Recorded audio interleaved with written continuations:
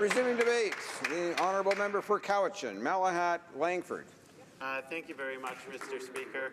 And I know this is going to be a difficult day for my Liberal colleagues because this is the role of Parliament, and sometimes we have to discuss things that they don't want us to talk about. But, Mr. Speaker, you know, there are two parts to the Conservatives' motion today. The first part is calling upon the House to agree with the Prime Minister's statement in this House on November 1st that sunshine is the best disinfectant. And I believe he was responding to a question from my honourable colleague from Hochelaga. And, you know, this is not a very widely known proverb. Oh, sorry, it is a widely known proverb, but the origins are less well known. The proverb actually derives from the quote, "Sunlight is said to be the best of disinfectants," which is attributed to Louis Brandeis, an Associate Justice of the Supreme Court of the United States.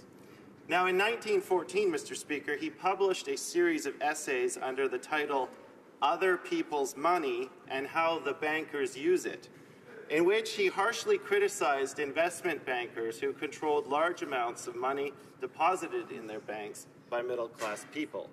The very people who, I might add, will be harmed if Bill C-27 is passed. Now, the quote under question, Mr. Speaker, is found in Chapter 5 under What Publicity Can Do, and it was used in support of regulation through disclosure obligations, which is precisely what we are trying to accomplish in this House today.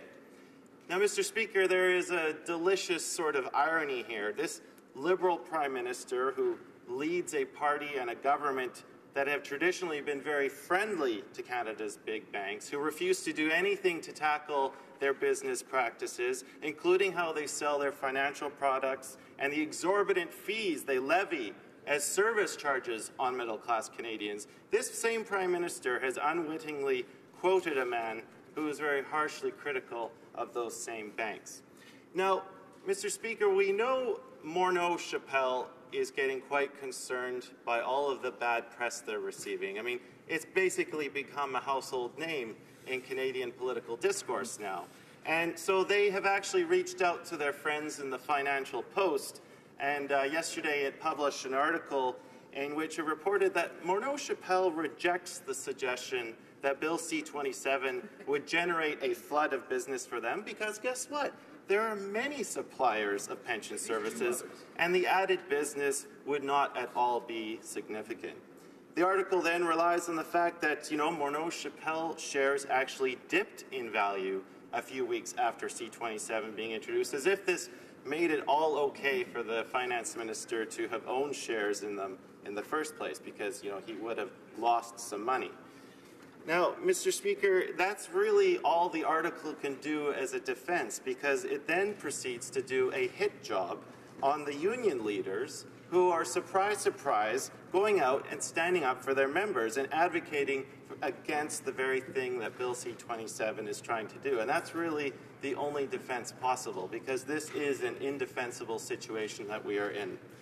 Mr. Speaker, you know, I find it very helpful for both the members in this place and for my constituents in Cowichan and Malahat Langford to really go to the crux of the matter. And it has to deal with a very important piece of federal legislation, the Conflict of Interest Act. And when you read the first section, starting with Section 4, you know, for the purposes of this act, a public office holder is in a conflict of interest when he or she exercises an official power, duty, or function that provides an opportunity to further his or her private interests or those of his or her relatives, and so on. It also goes on to say under Section 5 that every public office holder needs to arrange his or her private affairs in a manner that will prevent them from going into a conflict of interest. Mr. Speaker, it's all spelled out quite clearly under the legislation, and it's unfortunate that members on the government side seem to have some trouble understanding why we're debating this very issue today.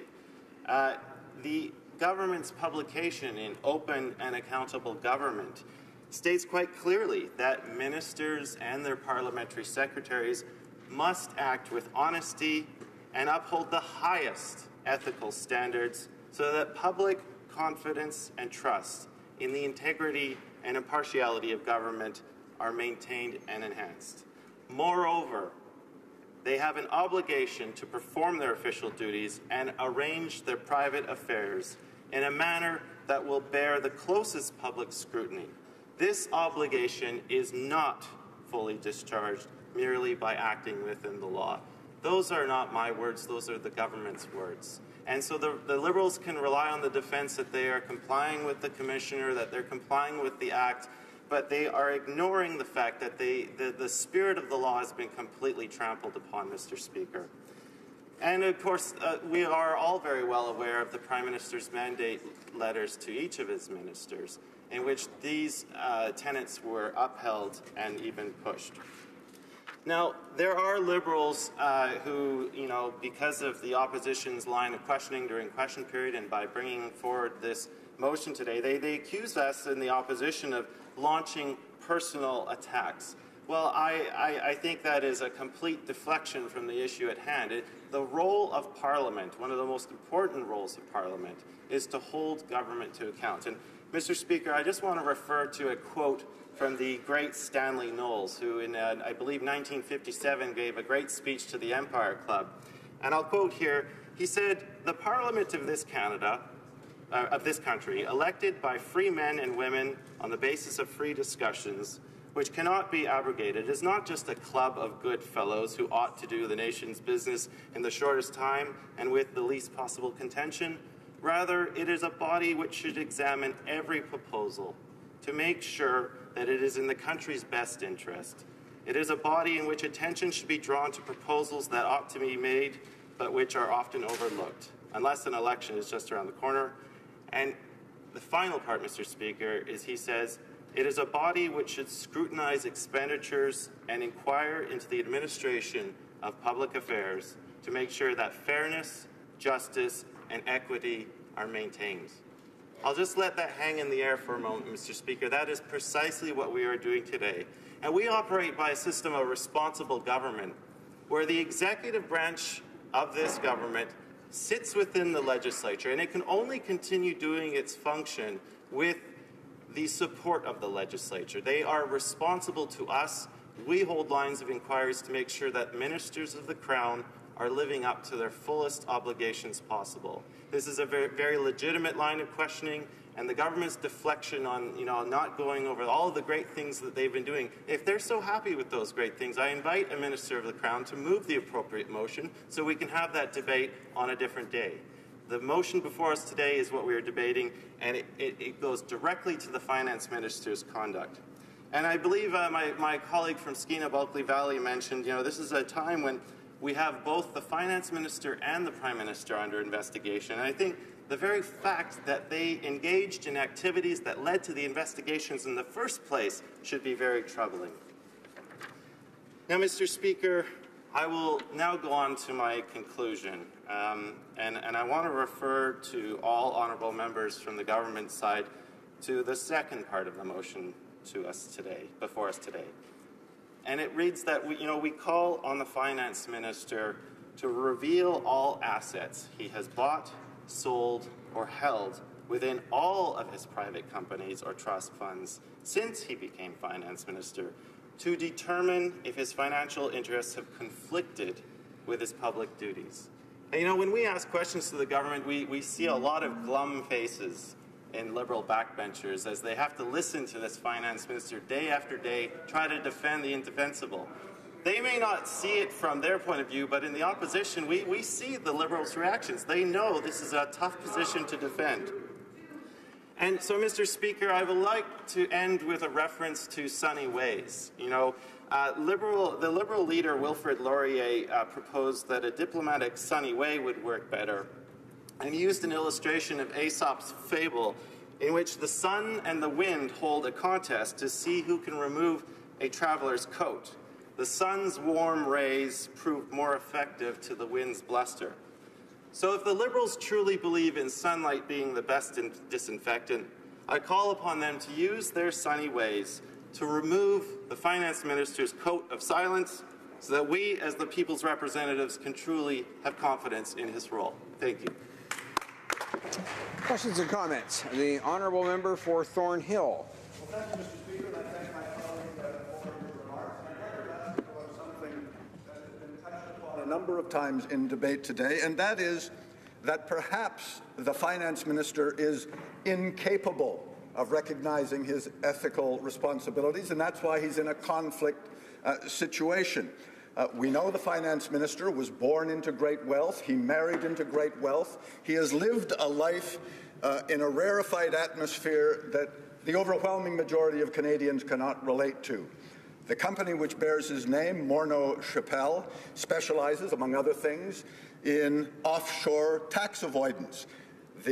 One of the family yachts, the motor vessel Playpen, does not fly a Canadian flag. It's registered in the Marshall Islands to avoid the obligations, the responsibilities, the regulations, the laws that most recreational boat owners in Canada submit themselves to.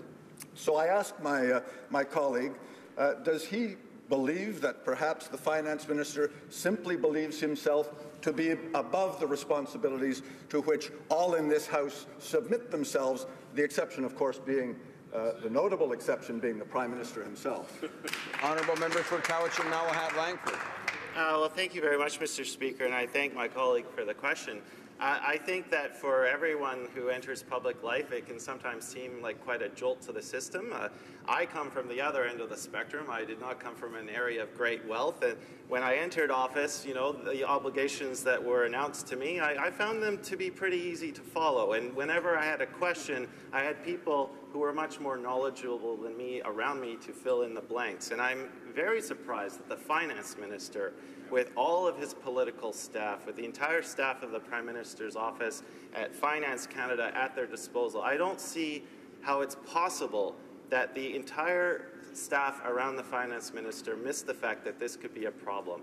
And perhaps he is unused to the fact that disclosure is an integral part of public life. I think he's well aware of it now, and that's why we are calling upon him to honor the spirit of what we're trying to get to today, so that we know that his time as finance minister, he was not in a conflict of interest, so that he may continue his role to bear to the utmost possible scrutiny. Questions and comments. The Honourable Parliamentary Secretary to the Government House Leader. Yes, thank you, Mr. Speaker. You know, there is something that the member across the way does have in common with the Minister of Finance, as all of us do, Mr. Speaker. Once we are elected, there is an obligation for us to report our assets and so forth to the Conflict of Interest Commissioner. Each and every one of us have that responsibility. And one of the reasons why we have that responsibility, Mr. Speaker, is because at times this chamber becomes very partisan. And in order to ensure that Canadians are best served on the issue of conflict of interest, we have an independent ethics commissioner. So the member across the way does share the fact that he himself would have submitted his assets, whatever they might be. I'm not going to be critical of one member of Parliament over another because some might have more assets than another and so forth, but the principle is the same. My question to the member is, why does he believe that the rules that we've been operating under for over 10 years is not good enough today? And if he believes they're not good enough today, why doesn't the NDP then move a motion to change the rules? Member for Cowichan-Malahat Langford. Mr. Speaker, I believe we did that very action that he refers to at the Ethics Committee. I will note a small difference between me and the Finance Minister. I don't regulate companies that are in control of the nation's finances.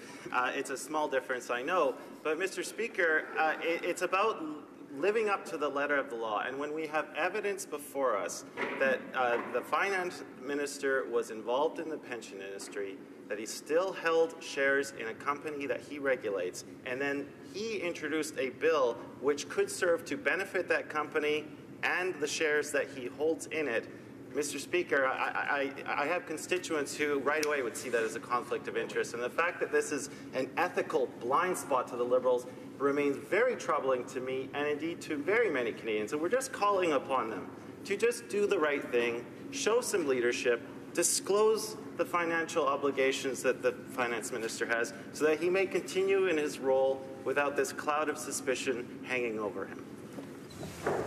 Before we get to resuming debate, I'll just let Honourable